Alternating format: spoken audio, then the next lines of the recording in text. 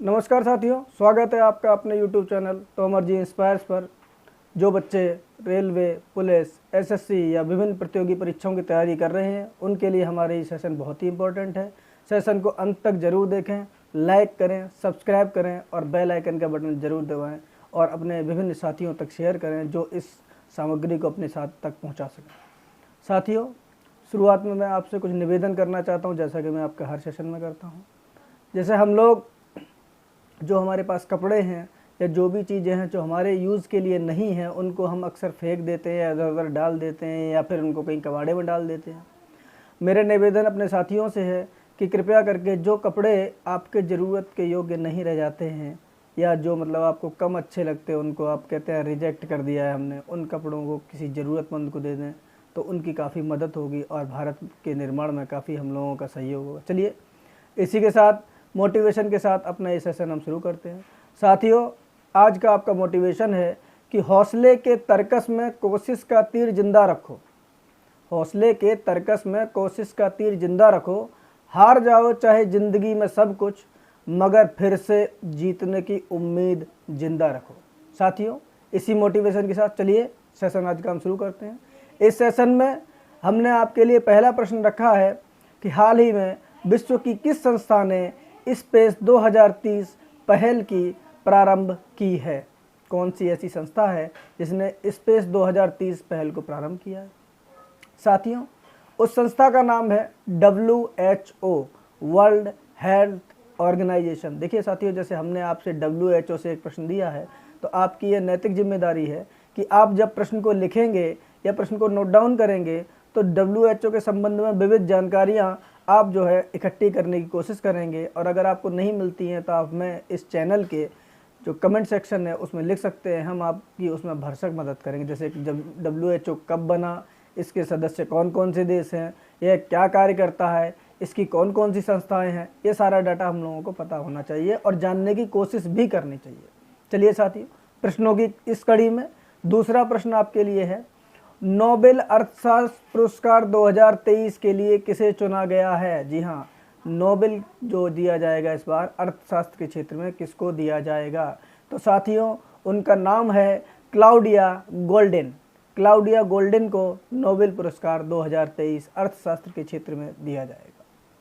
जैसा कि आप लोग जानते हैं नोबेल की बात चल रही है तो आपको पता होना चाहिए नोबेल किन किन क्षेत्रों में दिया जाता है, इस वर्ष किस किस को दिया गया है, ये इंपॉर्टेंट है। ये एसएससी, रेलवे या विभिन्न प्रतियोगी परीक्षाओं में पूछा जा सकता है। प्रश्न नंबर 3 आपके लिए है, हाल ही में भारतीय नौसेना ने मानवीय सहायता और आपदा राहत अभ्यास चक्रवात कहाँ प्रारंभ किया। जैसे कहीं पर आपदाएं आ जाती हैं, बाढ़ है, तूफान है, चक्रवात है, ऐसी आपदाओं के लिए भारतीय नौसेना ने एक अभ्यास शुरू किया है जिसका नाम उन्होंने चक्रवात दिया है। वो कहाँ पर शुरू किया है तो मित्रों उस जगह का नाम है गोवा। गोवा पर चक्रवात नाम का आपदा राहत अभ्यास शुरू किया गया है। प्रश्न नंबर 4, किस राज्य के काजू को हाल ही में GI टैग मिला है। किस राज्य के काजू को हाल ही में GI टैग मिला है। साथियों, उस राज्य का नाम है गोवा। प्रश्न नंबर 5 आपके लिए हमने रखा है, 16वीं कृषि विज्ञान कांग्रेस का आयोजन कहाँ किया जाएगा। यानी मित्रों, जो 16वीं कृषि विज्ञान कांग्रेस है उसका आयोजन कहाँ किया जाएगा। मित्रों, उस जगह का नाम है कोच्चि। कोच्चि में किया जाएगा।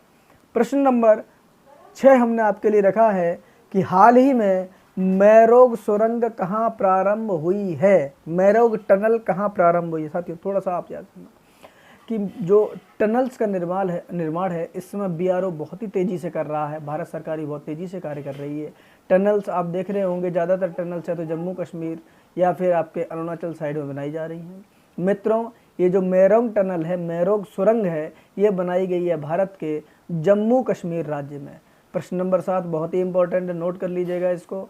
हाल ही में गंगा डॉल्फिन को राज्य जलीय जीव किसने घोषित किया है। गंगा डॉल्फिन को राज्य जलीय जीव किसने घोषित किया है तो उस राज्य का नाम है उत्तर प्रदेश। जी हाँ मित्रों, आप जानते होंगे भारत का राष्ट्रीय जलीय जीव गंगा डॉल्फिन है। इसी जीव को उत्तर प्रदेश की योगी आदित्यनाथ सरकार ने अपने राज्य का भी जलीय जीव घोषित कर दिया है। प्रश्न नंबर 8 आपके लिए है, हाल ही में चर्चा में रहे, ध्यान से सुनिएगा, हाल ही में चर्चा में रहे सम्मक्का सरक्का केंद्रीय जनजाति विश्वविद्यालय का संबंध किस से है? जी हाँ मित्रों, सम्मक्का सरक्का केंद्रीय जनजातीय विश्वविद्यालय, सम्मक्का सरक्का केंद्रीय जनजातीय विश्वविद्यालय, नोट कर लीजिएगा, इंपॉर्टेंट क्वेश्चन है। किस राज्य में है तो हम बताते हैं आप साथियों।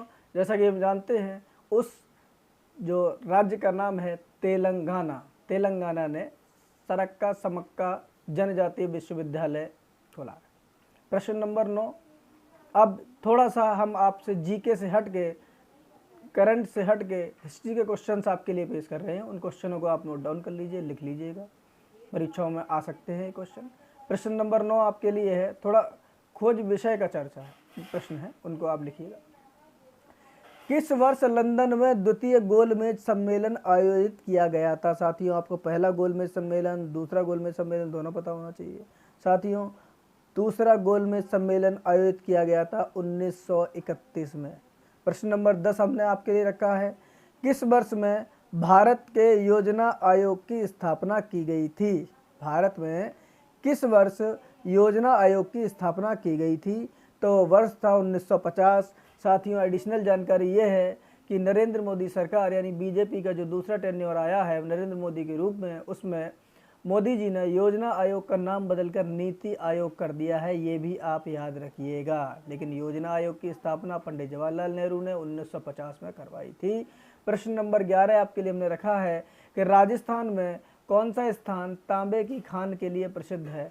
राजस्थान का ऐसा कौन सा स्थान है जो तांबे की खान के लिए प्रसिद्ध है? देखिए, राजस्थान में आपने संगमरमर या रेगिस्तान से संबंधित समझते होंगे, लेकिन राजस्थान में एक जगह ऐसी भी है जो अपने तांबे की खानों के लिए प्रसिद्ध है। मित्रों, उस जगह का नाम है खेतड़ी, उस जगह का नाम है खेतड़ी। प्रश्न नंबर 12 हमने आपके लिए रखा है कि गुरुद्वारा पातालपुरी साहिब किस नदी के तट पर स्थित है? गुरुद्वारा पातालपुरी साहिब किस नदी के तट पर स्थित है? तो मित्रों, उस नदी का नाम है सतलुज नदी, सतलुज नदी। प्रश्न नंबर 13 हमने आपके लिए रखा है कि बाघमारा पिक्चर प्लांट अभ्यारण्य किस राज्य में स्थित है? बाघमारा पिक्चर प्लांट अभ्यारण्य किस राज्य में स्थित है? तो मित्रों, उस राज्य का नाम है मेघालय। प्रश्न नंबर 14, ये थोड़ा आप शायद जानते भी हों, लेकिन ये इंपॉर्टेंट क्वेश्चन है। आप अगर प्रधानमंत्री कार्यकाल को रिकॉल करेंगे, पंडित जवाहरलाल नेहरू, उनके बाद रिकॉल करेंगे, शायद इसका उत्तर आपको मिल जाए, लेकिन इंपॉर्टेंट क्वेश्चन है। कौन 1979 में यानी कि 1979 में भारत के प्रधानमंत्री मोरारजी देसाई के बाद भारत के प्रधानमंत्री की कुर्सी पर विराजे? यानी मोरारजी देसाई के बाद भारत का प्रधानमंत्री कौन बना? तो मित्रों, उन प्रधानमंत्री का नाम है चौधरी चरण सिंह। प्रश्न नंबर 15 सबसे ज़्यादा इम्पोर्टेंट, पूरे सेशन का सबसे इम्पोर्टेंट क्वेश्चन है। प्रश्न नंबर 15 हमने आपके लिखा है, ब्रिटिश क्राउन ने किस वर्ष ईस्ट इंडिया कंपनी से भारत पर संप्रभुता ग्रहण की? जैसा कि आप जानते हैं, भारत पर अधिकार जो किया था, भारत के राज्यों को जो जीता था, वो ईस्ट इंडिया कंपनी ने जीता था। लेकिन 1857 क्रांति के बाद अंग्रेजी शासन ने यानी ब्रिटिश क्राउन ने या प्रिंस या राजा ने उसको ईस्ट इंडिया कंपनी से हटाकर अपने अंडरटेकिंग में ले लिया था। तो मित्रों, वर्ष था 1858। 1858 में ब्रिटिश क्राउन ने यानी ब्रिटिश शासन ने भारत का शासन अपने हाथों में ले लिया था ब्रिटिश ईस्ट इंडिया कंपनी से। सेशन के एंड में जैसा कि हम आपसे एक क्वेश्चन छोड़ के जाते हैं, तो हमारा आज का प्रश्न आपके लिए है, प्रथम विश्व युद्ध के समय जर्मनी का शासक कौन था? जब प्रथम विश्व युद्ध शुरू हुआ तो जर्मनी फ्रांस और इंग्लैंड के खिलाफ लड़ा था, तो उस समय जर्मनी का शासक कौन था? मित्रों, आप सोच के इसका उत्तर कमेंट बॉक्स में दीजिएगा। तब तक के लिए बहुत बहुत धन्यवाद।